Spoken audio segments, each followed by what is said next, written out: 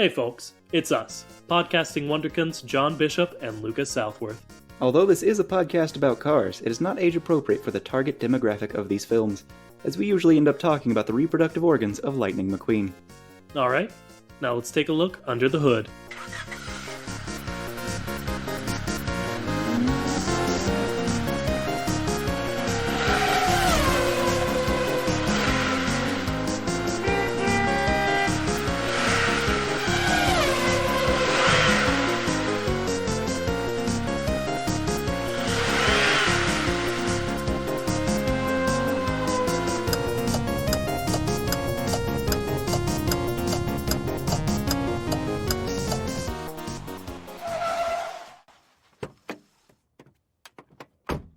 Hello and welcome to the Chat, the only podcast brave enough to ask the question, hey, what's up with cars? I'm John Bishop.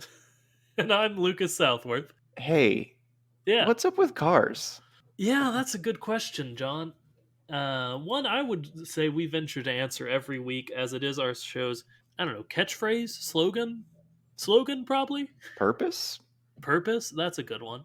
And this week we've been thinking, and all the way back in, I want to say episode like 3, maybe, we had a big discussion in the middle of that episode on a movie, and it was WALL-E. I'm not gonna beat it around the bush. We basically did half of an origin story on WALL-E in like one of our first 5 episodes, and we were like, "Yeah, we got the series now. Let's do a full one." That's this episode. That's what this is. What we're doing is Origins WALL-E. You read the episode title. And it's also a callback to one of our earlier series in which we watch a movie and then talk about it. That's what Origins is. What are you talking about? I'm talking about our earlier series where it was every 5 episodes we would watch Cars 2 because one of us hadn't seen it, then Cars 3 because one of us hadn't seen it. Yeah. And in this one, Lucas hadn't seen it. Yeah, I don't know how I missed this one, folks. It, as I'm sure we'll get into, it pushes a lot of buttons correctly for me in that there are lots of tropes I am very responsive to, and this one had pretty much all of them. So I really loved this movie, and I'm sad I hadn't watched it before yesterday. Now, since I was rewatching it, I'm going to go ahead and say something about what was different watching it the second time now that I'm older.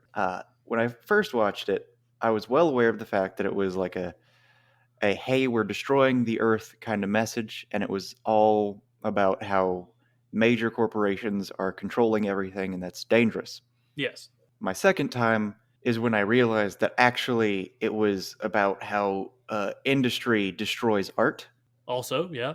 And that was a weird thing, because I never even thought about it when I was watching it the first time, of, man, this movie is all about art. And, like, it's not even subtle about it. Yeah, God. Yeah, I really like it. Yep. Because I'll just go ahead and talk about this, get it out of the way before, so then we can talk about Cars. John, what's my favorite movie of all time? That is The Giant Maid of Iron. Yeah, the robot who wants to be a real boy. And with that and any other movies with robots that just want to feel their feelings and like desire humanity, desire to understand more, or even in like WALL-E's case, he already understood more, he just was like a cool little guy who likes things, and he loves Hello Dolly, which also, I doubt you know this, is my favorite like classic musical. So their use of Hello Dolly was also very effective on me, especially because Put On Your Sunday Clothes is one of my favorite musical theater songs. It just has such a genuine sense of adventure and optimism and hope, and it worked well with the movie. And also the robots fell in love with each other, and I'm a sucker for that. They're sort of similar. They had a sort of Lady and the Tramp vibe going on, which is my favorite Disney movie. So yeah, it was firing on all cylinders for me. I mean, I'm a big ol' on the left side of the political spectrum, So I'm pretty anti corporation, pro environmentalism. Uh, which I will say, some of the messaging was a bit ham fisted, but other than that, near perfect movie for me. Like perfect storm of Lucas is going to tear up 30 times throughout this movie. Okay, okay, okay. I don't know why I feel this way, but I would have assumed that it was either Singing in the Rain or Guys and Dolls. I like Guys and Dolls a lot. I've actually also never seen Singing in the Rain, which, Okay. yeah, I don't know. Hello Dolly, just to talk about it for 3 seconds, then we'll talk about Cars, I promise. I don't know. It's a classic musical, but it's also not boring. Like, quite frankly, a lot of classic musicals are. The humor holds up for me decently well, especially if it's like modernized a little bit. Like, the delivery is modernized a little bit. Mm, And again, all the songs are just so hopeful and like we love life, and sometimes I just need something that's like, yeah, life is cool, and Hello Dolly is that for me. okay. But anyway, I loved the movie, but now we're going to probably make it worse in my mind by saying it's a part of the Cars canon, which we've already done. We've already done it. Okay. Someone who I'm assuming, by assuming I mean almost guaranteed, doesn't listen to the show, suggested a theory that we should talk about, and that was the theory that is proposed that Cars and Wally take place at the same time. Yeah. Have you experienced this theory? When you told me it, so, and we decided to do the episode because we were like, oh yeah, we should do Wally at some point. Good call. Okay. So the theory is essentially that Cars does not take place on Earth, and in fact, they're just taking place at the same time. And here's I'm on a website called Dankinator, and here Incredible. is what they have listed as evidence of the theory. We already know that Cars is taking place in a time where humanity possesses advanced technology, so this theory isn't too far from the truth. Moreover, in the official Pixar website, Cars synopsis is plus the Cars movies occur in, oh boy, 2100 through 22002. Wait, do the Cars movies? That's like confirmed canon dates? According to this website, which is referencing another website. I we would have seen that, but maybe that's true. Well, anyway, don't worry about that piece of it. Continue reading the theory. Well, here's the thing the theory is just that they take place at the same time and on different planets. That's Oh, pretty much different all the planets. reasoning they give, is that it's different planets and it's same time. That's interesting. I hadn't thought about that. I was thinking like an unspoken reason that the humans left was because cars were taking over their planet. Here's the meat of it. Moreover, it's not that cars are merely sentient, but the cars have humans inside them. It's like Oh, their consciousness is merged into the computers of the cars. So that's just our theory, except instead of saying it's after the fact, it's during. okay. Okay. Let's see. I could see that working out as like a potential way for the humans to survive the inhospitable like environment that had been created on Earth. They go into the cars, which probably have like filtration and whatnot, and are also cars to help them survive the toxic atmosphere. Hmm. But like, I do think it might be important to send them to a different planet just because there's no trash piled all over Radiator Springs and the other environs. Okay. So, is that what happened to the people left over from By and Large? I was gonna say either it was a secondary attempt to like colonize another planet instead of just sending the ships out to wait. Hmm. Either that, or I think it's implied in the movies that the Axiom, which is the big cruise ship spaceship where most of the movie takes place, is not the only one of those. Like there were multiple of these like Noah's Ark type ships sent out into space. So maybe it's just what happened to another one of those. And just a little bit of supporting conjecture is that during the movie, they have a moment where they say people of the, and then there's a little bit of a glitch type thing where it pauses and then says Axiom as if Axiom was just filled in. Yeah, So yeah. it seems like that might be what happened. Is like it's a Fallout situation where there are a lot of different vaults, and they just have something that reads off the specific name for that one. Yeah, that little moment was actually my evidence that there were multiple ships. Is that it seems clear from that message from the president that Axiom was dubbed in, and this was just a mass message sent out to multiple ships. And like 700 years, which is how long they're on the ship, and Wally is a long time. Mm-hmm. But not nearly long enough for what happens to those humans' bodies. Yeah, Also, their life expectancy is insanely high. how so? I didn't see that. There were 6 captains over 700 years. Huh. Yeah, yeah. Huh. I never thought about that. But Yep. They have a y- picture of each of the captains, and it's like oh, look, the evolution or de evolution of man, because you see a very just cookie cutter human person right there, and then slightly less, and then there's just the completely cartoon version. And it's like, oh, there are 6 of these people. huh. That's messed up. Yeah, that's a very interesting detail that I don't know that I would have caught. Good catching that, Johnny. I will also say, since we're talking about their cartoonish and unrealistic evolution over 700 years, one other aspect of the movie I didn't love is their depiction of obese people.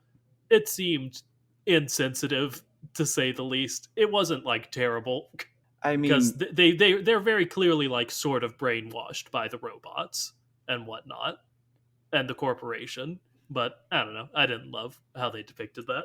I think the point isn't that they're just obese people, it's that they're people designed to not be able to escape. Yeah, and like that's sort of the redeeming quality of it to me, is that the robots probably engineered humanity to be this way. Hmm. And But it's a weird thing where I don't even think they're obese. I think it's that they're altered in such a way that makes them as baby like as possible because they're easy to distract. They're easy to just kind of control, clean, pamper, and whatnot. But they also are extremely healthy in specific ways. All of them full heads of hair, all of them completely capable of speech. Like all of their sense, like I don't think I saw any with glasses or anything. They were yeah, all completely capable. It's just they're these strange. It's a strange situation where these people aren't supposed to get out of their chair, and they're supposed to just accept their life as it is, and even when they get out of the chair, they're actually able to stand, which is strange because after just a few months in space, the yeah, bone loss is intense. So after 700 years, they shouldn't be able to do that. So I think it's that they're being altered in a way that makes them as healthy as possible while also being as easily controlled as possible. yeah. And again, I agree that like that redeems it for me a lot, but like it's not enough. So I don't know. It just felt a little off to me. It's one of like a few black marks on this movie that again I loved a lot Yeah. watching it for the first time, and I just wanted to bring it up. It's a Uh, tough line to toe yeah, because you want to make it a situation where it makes sense that these people aren't nearly as capable as they would be, but you don't know how to do that necessarily. yeah. But anyway, what were we saying before I talked about that? Humans have super long lifespans. Oh, one of the other ships uh just found a habitable planet. Mm-hmm. And instead of like going back, they're like, well, I don't think we're going to go back. Let's just settle here. And our original origins for Wally to Cars, we'll have to modify it a little bit, but I think it fits fairly well with like, I imagine that across all the ships, this is happening, that they're becoming like dependent on these chairs, and the chairs just transition into their car bodies. Okay. I think that my thought on it, I think that my thought is that I thought about thinking, Yeah. So the guy who is the representative by and large, Yeah. when he has that realization that they're not going to ever be able to make it back to Earth, something specific that I noticed is that he's wearing a gas mask and he's wearing a Yes. weird apparatus on his chest. I'm thinking that he wasn't on that ship. I'm thinking that he was on another ship or he was on Earth. Yeah. And I think that he was in a situation where he realized that the world's not going to be fixed, definitely not in time at least. So his only option was to escape and try something different. And Mm-hmm. he didn't want to do what he knew would happen to him if he went on a ship like the Axiom. So instead, he is one of the first people who got into a completely self sustaining suit of like roboticism that will allow him to try and live his life differently on a different world. I think he was one of the precursors to the car people. Yeah, I think that's an excellent other way to look at it, especially because I think at the end of that like panicked message, he says something like "Let's get out of this place" or something, and Hmm. it seems like he could be referring to just like I don't know the above ground or the White House or something, but he could be referring to Earth itself. You know, Hmm. And there aren't any corpses visible, so maybe that was the case. lots of Wally corpses visible, which made me a little sad. But Were they that's corpses though, or maybe they were just never functional? yeah, maybe they just never worked in the first place. Who can say? That makes me feel better if they never worked. But Because I'm thinking that might be why the whole by and large scheme never worked, is because it was only one robot that ever started, and the rest just never activated. yeah, I guess over 700 years, Wally could make those skyscrapers.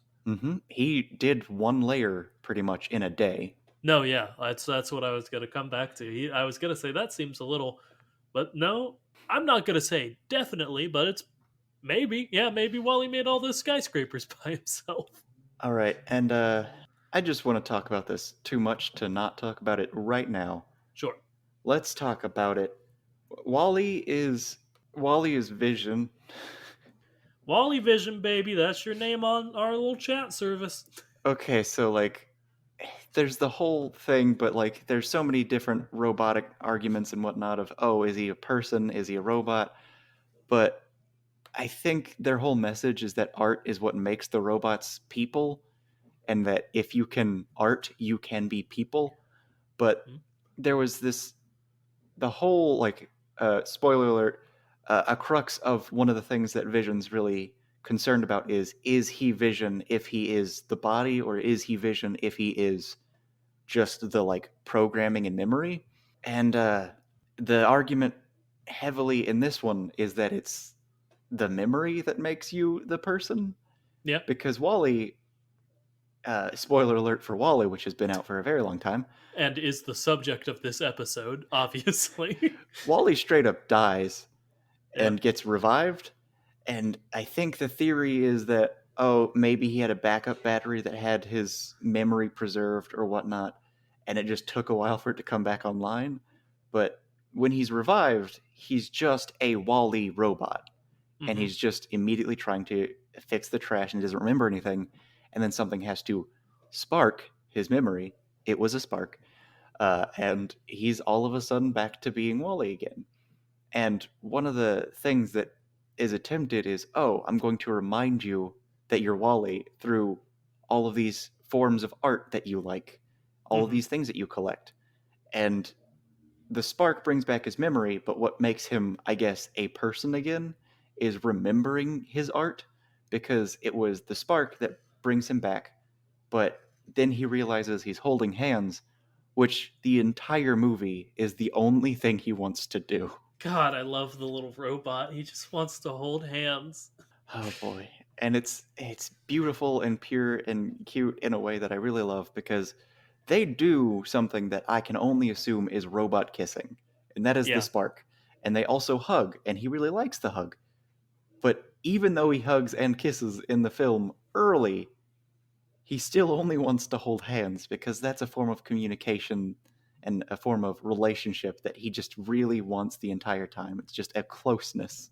yeah, because he sees it represented, in Hello Dolly in the song It Only Takes a Moment, which is like the big love song of Hello Dolly. And like, ah, oh, man, I don't know. That just I agree that that is about like how art can create humanity in these robots. But I would also say it's like almost like emotion, like the ability to feel makes the robots like sentient or more like people, because one of my favorite recurring things throughout the whole movie is once Wally is on the Axiom, pretty much every time he sees another robot, he waves at them, and then the robots are like, I don't know what's going on, but then they try it, and then there's a specific one that he goes back by later who like very excitedly waves at him. Hmm.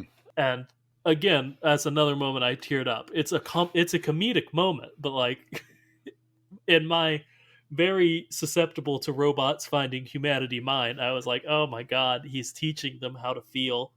And of course, that got me pretty good. I mean, he also does that to people in this film. No, yeah, he fully, like, the moment Wally interacts with two, well, three if you count the captain of Hmm. the humans, they're fully brought out of their, like, brainwashing, pretty much. Yep. John, Mary, and Captain. Yeah. Oh, he's a good little robot. But how do we get down that path? He's basically the Vision. Yeah. Hmm. As you can imagine, I'm also a big fan of the Vision because of that. But yeah, there's this whole conversation of what makes you the person that you are, and one big thing is that Wally has his parts replaced, presumably over the course of 700 years, Yeah. a lot. He loses his chains in the first like few minutes of you seeing him. He loses his like treads for his tank tires, which he treats as shoes, which Yeah. we can talk about. Yeah, But he yeah, fully he does. treats them as shoes. Oh boy, but yeah, he replaces his parts, and the thing that makes him him is his appreciation of the little things and his Yeah. curiosity and his art and the fact that he can say his own name. God, I love it when he does. And also, we have justification for why we thought her name was Eva. It's because that's the only way Wally can say her name. Yeah. She can say her name correctly, but he can't. I think, like, she says it Eva every once in a while, but usually says Eve. But God, Wally doesn't know how to say it, and that's pretty cute. I think it's just that he can only pronounce E and the separately. Yeah. He doesn't have Eve as a syllable he can pronounce. And like maybe she said Eva to begin with, but she kept correcting him and saying Eve, Yeah. Eve, and he goes Eva, Eva. That's the closest he can do, Eve. And there was one point in which she just said Eve. Yeah. She sure did. But we've touched on, okay, in my mind there are two main routes from Wally to Cars or vice versa. Hmm. There's, and we've touched on one and we'll probably touch on it some more, but there's the humans adapt into the cars. The Hmm. humans become the cars. But most of the cast that you hang out with the whole movie are robots. And I think it's just as likely that the robots evolve into the cars. Okay, so we've got people leave Earth and just immediately turn themselves into cars. We've got people come back to Earth and slowly become cars. And we've got people can't survive on Earth because they're no longer like designed for it. Because in 700 years, your genetics should not change that much. You can say what you will about selective breeding, but nah, that's insane. It's not good. And you like even going with that, like okay, maybe it's selective breeding. Every single person is basically the same. Yeah, which is, if you know much about genetics, is not good for the continuation of a species, Yeah. for them to be genetically similar. So the people just dying off is a very valid theory, and then the robots just become car people. Oh Yeah, boy. and I think a part of that, where we can sort of have our cake and eat it too here, is I mentioned that uh, the president, maybe he was just talking about being above ground.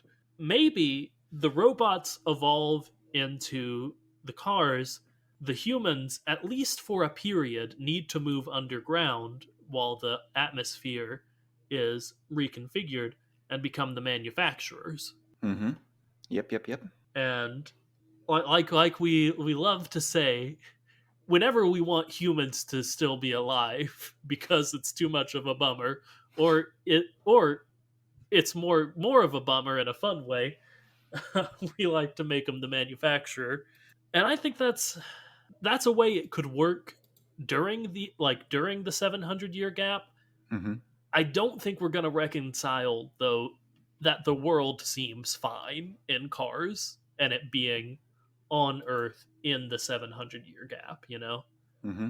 I have another thing that Okay. explains how cars could, in fact, do anything without hands. And my proposal is that every car secretly has hands. They have Eve hands, and they just never use them on screen. That's fair. Or they could have, I think his name was Gopher.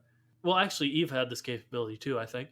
But, like, they can just make a little force field around a thing to pick it up. And maybe in the future it's invisible because, of course, And there you go. You got your car's telepathy, John. Are you happy? I'm really not. Okay. Those Uh, cars, the hands. no fun.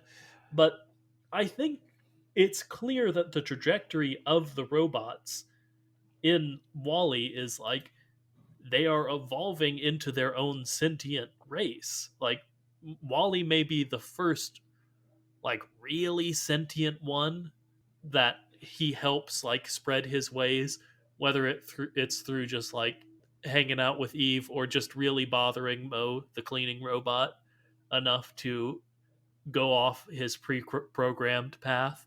Also, fun fact: Mo is Liz's favorite robot. She likes how mad he gets about dirt. That's Uh, good. That's good. he's a good. He's very funny, and I could see them, like either intentionally or just through unintentional evolution, becoming more and more sentient. And it seems like Wally sort of aspires to be, if not a person, then person like or Mm-hmm. human like. So I could see that being how they develop, giant mouths and tongues. And hell, maybe they even want to be biological. We could, and like try to integrate that into themselves. I think the more likely route is that in this universe, cars don't have a squishy bit if they're evolved from humans. But if we want, or evolved from robots, but if we want them to have the squishy bit, I think their personhood aspirations could explain that. Okay, here's a theory about how the mouth forms. Okay. Wally, he opens up his front, that's his mouth. Yeah. It's why it's a giant mouth. Yeah. And if you want to get terrible about it, we always say the tongue is like almost definitely squishy bit. Yeah. What if they combined Wally technology with chair technology and they eat people? No, yeah, there is certainly a third route here.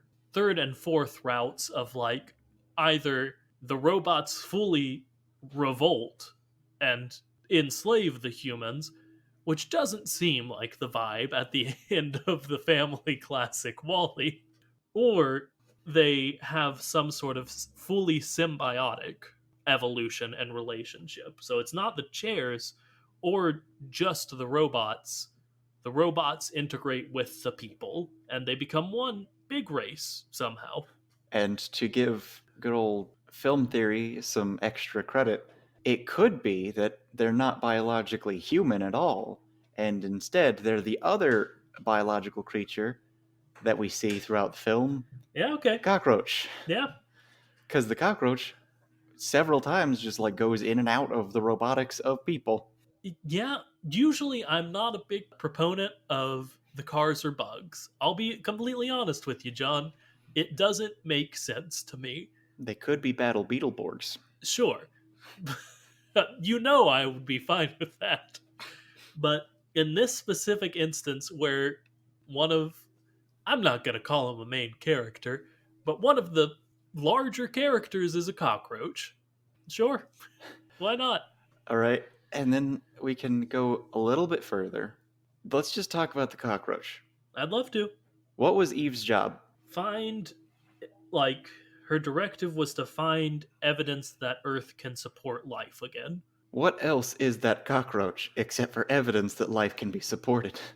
Yeah, that was sort of my thing. That didn't.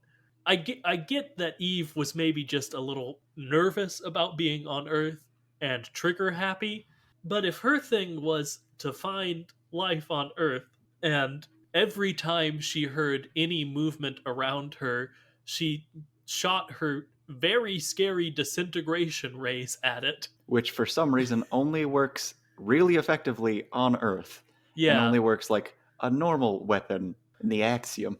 Because Wally shoots it off and it just hits like one little display thing that, oh, now we can leave the room and I freed all of these crazy robots that just want to paint and do art and makeup and I yeah, don't know, have different views on things because and self expression. sneeze and wait, uh, Well, here's the thing. What he did was sneeze, but what is sneezing? It's expelling gas and whatever else you have in your tank, which is the opposite of what a vacuum's supposed to do. no, no, I get why he was a defective robot He fully. just approached vacuuming in a different way. Yeah, sure, okay, but I think yeah, it seemed counterintuitive that if there was maybe a thing that was alive around her, she almost killed it each time. Mm-hmm. And again, she was probably just scared, Yep. but I think she was intentionally sent there because she was already a faulty robot. That's my theory. okay. Because what is her job? It's to find evidence of sustainability of life. And she is extremely trigger happy and will kill anything that's alive. Uh, if you want to say, okay, it said something about photosynthesis, maybe she's only looking Yes. for Okay. plants because cockroaches, maybe they just don't count. But maybe she was just looking for plant life. Okay, why did it take her so long to find plant life? Because at the end, it's revealed that there was just slightly over the hill a bunch of plants. Yeah, that moment was a little confusing to me. I couldn't tell if it was like, hey, they're gonna be fine. Plants are actually all over the place, or if it was like almost a transition into the like credits of like, okay, let's see humans as they progress into their new role of rebuilding Earth. And The like, problem is, it was just a zoom out. yeah, It wasn't anything that would show that there was the passage of time. And if you remember, where did she check for signs of life? trash piles. She went into the heart of the city and looked specifically in giant metal piles where there's probably not much dirt. Yeah, and I guess it could be argued that eventually she would have, gotten out of the city. Or maybe it could be argued that, Otto, the terrible ship wheel robot, intentionally sent her to a place he didn't think there'd be life. Or they didn't think Exactly. there'd be life. Yeah. I'm thinking she is sent there because she is the one of the Eves, because they didn't send out other Eves, famously, because they were all already still there in stasis. So he sent out Eve because Eve was bad at finding things. And if you want to say, well, she found the plant, no. Wally gave her the plant. Yeah, Wally fully did. And also, how are you going to pretend she's good at her job when she didn't know that on this planet there were massive dust storms that would easily kill her if she didn't find shelter? Yeah, She I was think given a gun to kill anything that was alive and no awareness that would prevent her own death. yeah, I think it's less Eve is bad at her job and more, which I think is the general point you're making, more like she was ill prepared for her job intentionally. More evidence that she was intentionally sent because she was faulty is that she is one of the people who is able to form a relationship, which means she's likely like the other robots that immediately form a relationship, which are specifically the deviant robots. Hmm. And also, if autopilot's going to dismiss her finding it, like risk anything like that, then I think Otto would want to be able to get rid of the evidence, which Otto did, and also be able to have her repaired and dismissed as being faulty. So I think the intention was put out a robot you already know is faulty. So just in case anything does come back, I can hide it, throw it away, and have her sent for diagnostics, in which it will come out, yes, she was faulty. Yeah, I agree. I agree with that fully. I don't know that that connects to cars, but I think it's a good Wally centric theory. Well, the thing is, how do you get sentient robots? They start feeling stuff. You give them the ability to make their own choices. Yeah. And the only robots that seem able to make their own choices, and the only beings capable of making their own choices, are Wally and creatures that come into contact with Wally. Yeah. And Wally is clearly deviant. And Yeah. you may say, well, no, he's very good at his job. He's clearly a great He's the only robot, the only one that survived for 700 years. I'm not saying deviant is a bad thing. He was clearly deviant in a very good way.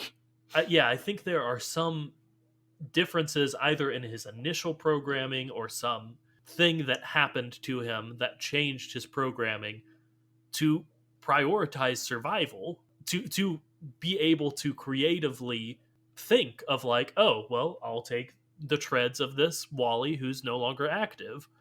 Oh, I will know to go in when the dust storms happen. Now, the word creative is specifically what it is. Yeah. I think the idea behind it is Wally was able to survive because Wally had something worth living for. Yeah. And that was finding beauty in things like, oh, here's this movie, here are these trinkets. And it was essentially creativity and art are what kept him alive and what are going to help humans stay alive. And by stay alive, I mean not survive, but live. Yeah, and that's a line in the movie. Hmm. I imagine that was intentional. Yep. Uh, I but don't want to survive, I want to live. that's a good line. And I think that's super supported by the stylistic choice they make in the credits, Hmm. which was sort of it was both a re it was like a restart of human history. Like it was showing how the humans like rebuilt society, but it was told through the evolution of like human art, Hmm. in that like it started in very ancient art styles and moved through like there was like some impressionism in here, some expressionism, and all that as it went through. And I think that that's a really good support for your theme of the importance of art. Good for And you. one thing that really gets me, the world was never meant to be saved. Yeah. Maybe the other robots never turned on, and Wally was the only one that ever turned on, and maybe that was an accident. Maybe a cockroach walked across, pressed the right button, and turned on specifically just Wally. But clearly, the Earth was never meant to be saved, and I say this because they didn't make much progress at all, obviously. But also, think about the design of Wally and think about the design of Eve. You may say, oh, well, Eve's got a more futuristic design because she was designed later. Nope, they were designed by the same company at the same time before the ship left. Why is she so much more advanced than the robots designed to save the Earth? Yeah, especially when they go into like the ship's trash hold and you basically see like a more effective Wally down there. It's a giant Wally, which would be Yeah, very effective at cleaning up the Earth. the giant piles of trash on the earth. Like I could see Wally being very effective for like precision jobs of like, oh, you need to like there's trash in the buildings. Go get the trash out of the buildings. But it seems like if we're going off the skyscrapers worth of trash, like those, I think they were wall R's, if I remember right. Hmm. Those would have been like way better at that. They could have done that, I don't know, in like an hour. The entire tower in an hour. Think I'm Yeah. wrong? They did that in like two of them did maybe a fifth of those giant towers in 5 minutes. Yeah, at the very least, much more quickly and effectively. At the Hmm. very least. So, yeah, I could see, like, by and large, clearly does not have humanity's best interest at heart, seeing as, like, I don't know, there's still signs for them everywhere. There's still signs for, like, buying stuff everywhere. And you may say, well, the Wallies are all built to survive in this really harsh environment. There were still holographic projectors up Yeah. after 700 years. They survived the environment for 700 years, and all they were glorified flashlights. Yeah. Wallies were built to fail. I could see it being less malicious and more just like either incompetence or like they're just not taking it seriously. Hmm. Of like, clearly they never were taking it seriously, or at some point they would have stopped sending those dang satellites into space. There's just too many of them, quite frankly. Yeah, which really leans me into the okay, so there are some things about this movie that are absolutely just bad depictions of things like this, and that's one of them, and so are the Wallars. Why do you not like the satellites? Just because? Because we currently we currently have a situation where in like 50 years we're not going to have one like thousandth that many satellites, and it's going to become impossible to have more satellites because of space debris. If one little thing breaks off and it's still in the orbit that allows it to spin around the world and be a Mm, satellite, it will eventually start tearing up other satellites, causing more and more debris, which will propagate, which will exponentially increase the amount of destruction. Essentially, you would not see satellites in that situation. What you would see is billions of pieces of shrapnel just spinning at insane speeds, tearing through anything and everything in that space. And it would be a lot less satellites than were there. we're talking Gravity, baby. You seen that movie? It's Mm-hmm. stressful, but a pretty good flick. I'd watch it again. It's pretty good. Yeah. And then there's also the wall R's. Tell me about why you don't like the Wallers, John. So the whole point of that ship is sustainability. Mm, It's sustaining the human race. And the way to do that is to reduce, reuse, and recycle. But for that ship to have anything resembling survivability, it would need to recycle essentially 100% of everything. yeah. And you could say maybe they're finding things in space that they're able to use as base components. Sure. But if you look at the movie, you have to see how much trash they're getting rid of every few minutes. Not only is that not sustainable, it's not possible for that ship that size to produce that much trash. It would be gutting itself within days. Yeah, and like it was to show rampant consumerism. I get And it. that the problem is still there. But Yeah. here's the thing, if the problem were still there, that ship wouldn't serve a purpose. Yeah, I get what you're saying, that like the logic there is a little iffy. And I sort of agree with them to show that the problem is still there, but I get that the internal logic doesn't add up all that well.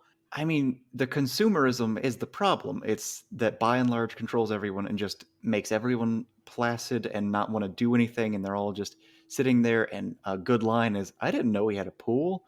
It's because they don't want them to exercise because they don't want them to get out of the chairs. And like another thing, I didn't know we had a track or we have a running track. And it's the whole thing is they don't want these people to be active, and that can show that the consumerism is still a massive problem. They don't need to show that, oh, we're still producing far more trash than would make any amount of sense for this population. And it's also showing that somehow this 700-year voyage is still sustaining itself, which is a dangerous message to accidentally be sending. Because it's saying that you can do that and survive in Yeah, some way. okay. You can't. The whole point should be that that is not possible. Yeah, okay. I see what you're saying more about how that harms the message of the film, and Hmm. I'm jiving with you a bit more. But John, we got like four different ways, maybe five, I can't remember, that cars happen. And I think for the last little bit, and we'll get distracted. We both know it. Mm-hmm. For the last little bit, we should really focus in on. We should choose our favorite, basically. Choose the one we think, and we can keep the other ones as possibilities, but choose the one we think is the most possible, and really dial in what that would mean, how it would happen, etc. All right. So we're doing this in listicle form. Sure, I love it. Hello and welcome to WatchMojo.com. Uh, we're listing our top 10 theories of how do humans/robots become cars in the future. Starting at number 1, we have Go ahead. you go ahead. Okay. So the first one, I think we should go back to the original first one from, again, I want to say episode 3 and 4 sound about right. I think it was our global warming episode, but who knows? In which we say humans got off the ship and needed the dependence of the chair, and the chair evolved into the car around them, basically just through like advances in technology, increased need for it, etc. Mm-hmm. How do we feel about that one? That's probably my strongest right now. See, It's an amalgamation of a lot of the other parts of the theories, and it's one that goes along with, well, humans are still in some form or fashion alive, which I like, and cyborgs, that's what they all are, which I like. for me, it seems so contradictory to the ending of the movie, and I know we can get into like dark territory of like, it didn't work, or they fell back into their own ways. But like, I think that it makes sense for these humans who just basically learned that they don't have to be in the chair to not want to go back in the chair, you know? Mm-hmm. And there is a certain, like, well, physically, they might need to, Mm-hmm. that I think adds to this theory. But I think that they would work to not be in the chair. Think about it this way, though. They work, they change their ways, they fix the world, and everything's good. And a few hundred years down the line, everything's just this kind of utopian society. What do you do at that point? You've still got all these robots about, you've still got these old chair designs. So you start living this more relaxed life, and then you get into this situation where you're living sustainably, you're not destroying the world, and you can just relax and you can become one with the robots. Okay, Maybe it's not that they failed, maybe it's that they succeeded and they turn into the robot hybrids because they're at peace with themselves and the robots. okay. So yours is a meld with the chair into the symbiotic robot relationship, is the one you're sort of into. Mm-hmm. Okay. I'll go ahead and say my favorite right now, which is that Cars is an in between period, of like, it's in between humanity coming back and the world being fully habitable again. So humans become the manufacturer, robots become the cars, is the one I like the most. Okay. And maybe it's a situation where the manufacturer, for the most part, is just in other parts of the world you don't see, Yeah, fixing it. yeah, like they've done a good job on America and Italy and Japan and England, because that's what we see in Cars 2, probably more than that. Not even necessarily that. Maybe it's just that the only places we see are the places they have fixed. Yeah, like those specific spots in America, England, Mm-hmm. Japan, Italy, Like, it's not Japan, it's Tokyo. It's not Italy, it's that. Porto Costo, or whatever. Yep. Porto Costo. I'm sure that's the name of the town. Porto Costco. That's it. And I like what you just said of like the idea of, hey, the humans are still working to fix the world. Like they just got stuff to do in, I don't know, Canada and Brazil and Kentucky. Montana and whatnot. And yeah, that's the one that sort of jives with me the most right now. Okay. And then we've also got there at the same time. This is the theory that I was brought to my attention from Dankanator. Thank you, Dankinator. And it's that .com. they take place at the same time, and that one is just on a world where people became cars to live on that world. I like that one. I want to like that one a lot, is I think my thing. It But makes sense in a few ways. yeah, One, there's a huge population, they land all over the planet, and they've got so much Earth to explore that they need cars to get by, but also it's kind of inconvenient to like be working on places to put your car and places to put yourself. So why not just have your chair be your car? And then that becomes why not be the car? yeah. I think just I mean, there are obviously multiple issues with it, but the big nail in the coffin for me is Wally clearly takes place on Earth, and also Cars clearly takes place on Earth. Like, unless they find, like, I think in the comics sometimes there's an Earth on the exact opposite orbit of the sun of us that's exactly the same, like Dark Earth or something. Unless they find some exact copy of Earth that, like, we see maps and stuff, and like we see, oh, Italy's still shaped like a boot, and like there's some stuff in Cars that's different. Like there's an island in the Caribbean shaped like a car that I wanted to do an episode on, but John wouldn't let me get in the comments, tell him to do it. So like it's not exactly the same, but it's close enough that it's clearly the same planet, you know? Mm-hmm. And maybe even alternate dimension. Yeah, They just go to a dimension where humans never existed. yeah, there are ways to make it work, but they're enough of a stretch that the rest of them feel better to me. Mm-hmm. Okay. And what else do we have? We didn't talk about a robo revolution just because I love the robots so much, I think is why we skipped it. Is it just the theory that the humans fail to survive? Uh, Whether it be the robots take over or the humans just can't survive on a world with gravity since they only had microgravity? yeah, basically, we've done the cars are humans, the cars are robots, but the humans are somewhere, and this one is cars are robots, humans are dead. All right. And then, well, that we don't have much to say about that. Humans just died, and then the robots kept fixing the Earth and decided, let's be cars and Yeah, let's watch Hello Dolly and become people. yeah, Then and they like found like older movies and then younger movies, and then they like decided to base their entire culture on where they thought the movie was, which is why some places look like they're from the 50s and some places look like they're from the future. yeah, this one makes a certain sense to me, but it's sort of the issue we run into a lot in origin stories, where it's almost just too easy. Yeah. Of like, humans are dead, so robots. That's it does make sense, but like there isn't also like a mistreatment of the robots by the humans, like especially post Wally changing everyone's lives immediately. Yeah, like the robots were obviously subservient, but it wasn't a subservience that was like, "Oh, I demand you do this." It was, "Hey, you're doing this, right? Oh, cool, cool, cool." And the humans and the robots, they lived in this weird harmony where everyone just did what was expected, which for the humans was relaxing and not doing anything out of the ordinary, like exercising, and the robots just did their jobs because they wanted to.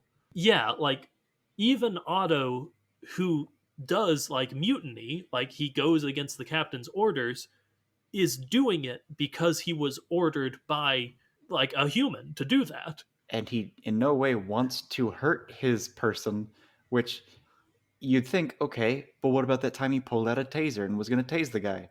If he wanted to tase the guy, I'm pretty sure he would have been able to tase the guy. I think he was trying to scare him. Yeah, and like even if he was trying to tase him, if Otto wanted to kill that guy, Otto would have killed the guy. Like He's he can autopilot. He could have turned off the air. yeah, he controlled every aspect of the ship. He could have done whatever. When he defeated him the first time, what did he do? He stuck him in his very plush, comfy room. Yeah. So a robo revolution just doesn't make sense to me, and the humans dying is boring to me. And I like how the humans in no way were aggressive at all. Like Wally ripped one of their headsets like away from their face, and the person woke up and was like, what? Oh, hey. Oh, yeah, you want me to move? Sure." And Yeah, then the like other guy was just like, "Oh, you're not going to take my cup because that's not what you're for? Okay. Wait, your name's Wally? Cool. My name's John." yeah, And that was it. Yeah, like there is, besides Otto and robots taking orders from Otto, there is no animosity between people and the robots. The only thing I could interpret as that is the robots had animosity towards the other robots, and there was one robot who clearly would have killed a person if he had tried to do his job without being fixed, and that was the, I think, massage robot that just kept wailing away at everything extremely fast. Yeah, but yeah, he just was doing it because I don't know, he was broken.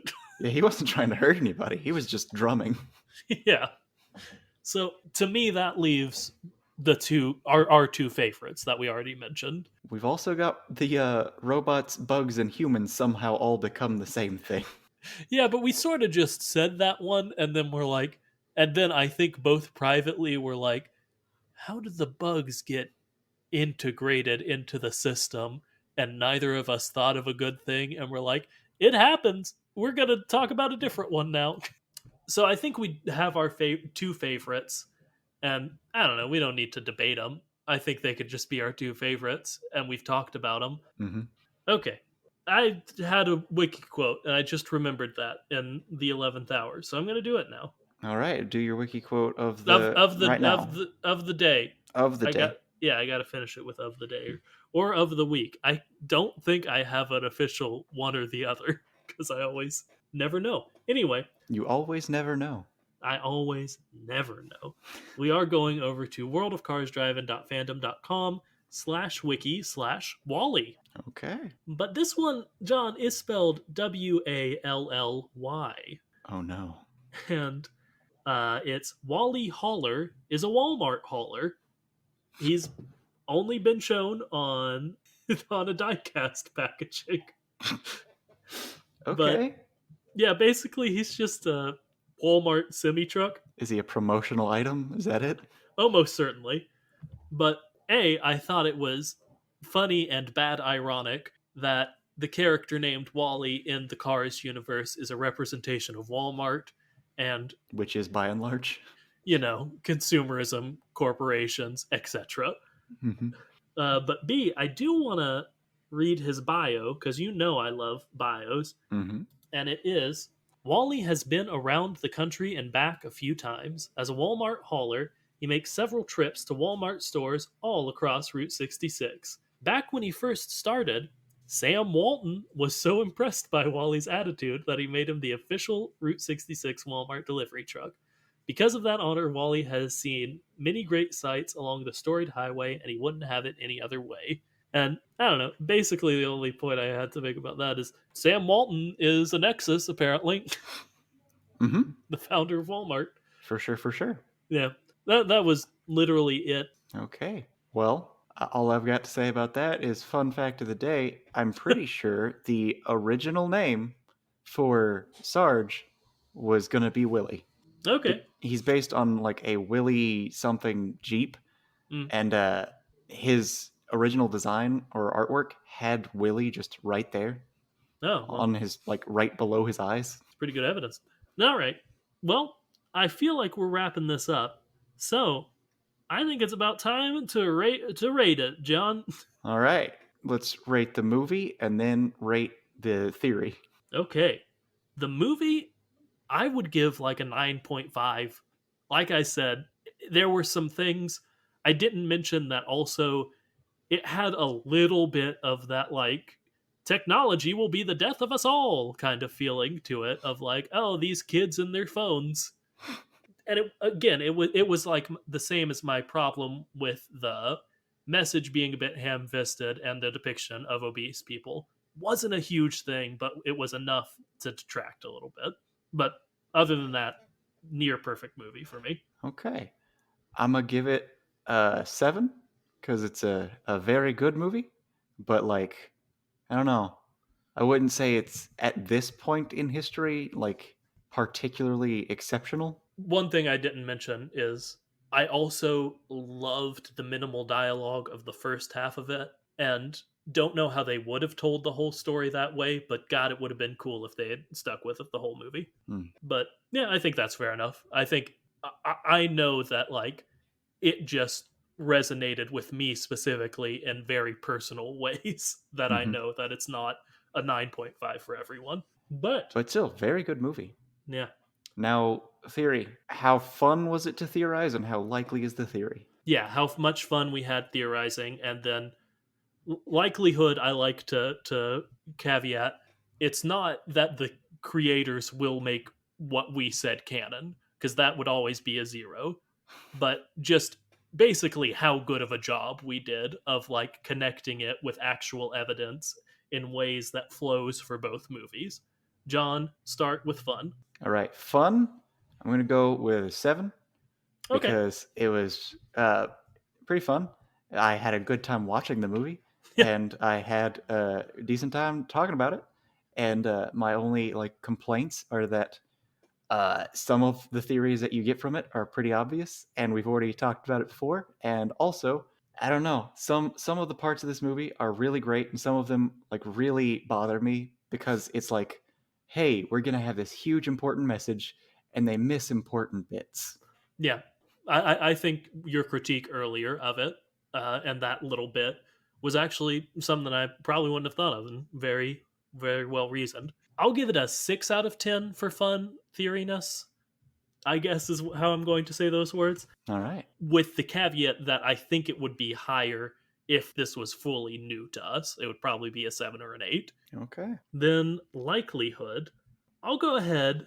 The fact that it's a Pixar movie bumps it up some amount, I feel like. I'll give it like an 8 out of 10 for me. Well, here's the problem with me Okay. is that we've proposed 5 different options, and I think that just having several options makes the likelihood greater. So I'm Mhm. gonna have to say like a 8 or 9, Yep. just because like we gave them so many options, and we've already talked so much about how likely it is or could be that this is what happened to make this a reality. Mhm. Like it fit in well with already established things we had talked about, like humans going underground and then cars, or humans needing to don the cars as protection against the environment. Hmm. Yep. Okay. So certainly didn't beat Maximum Overdrive for us, which was both a 10 out of 10 for both of us because Bader was in it, if you remember. Mater was in fact in it. We also gave Rubber a 10 out of 10, both of us, on likelihood, if you just want to review. But pretty likely one. Up there. It's in third place for both of us in likelihood of theory. But that is going to do it for us this week. Thank you so much for listening. And we want you to send us ideas. We had a lot of fun doing this one just because uh, it was kind of nice to go back to like something we talked about 83-ish episodes ago. And if there's anything like we mentioned but never went into in an early episode you've always been curious about, send us that. If you've got ideas for any of our specific miniseries, send us those. Or if you just want to say hi, we love to hear from you. You can do so at our email, which is thekachat@gmail.com, or on Twitter, which is at thekachat, all one word for both of those. Don't put a hyphen in there. Don't do it. John, do your part of the outro now. Don't put a hyphen in there. Don't God! do it. Uh, Remember to like, comment, subscribe, tell anyone and everyone you think might be the least bit interested in listening to this very, very strange podcast. And until next time, remember to float like a Cadillac. And sting like a beamer. Do both. Tiny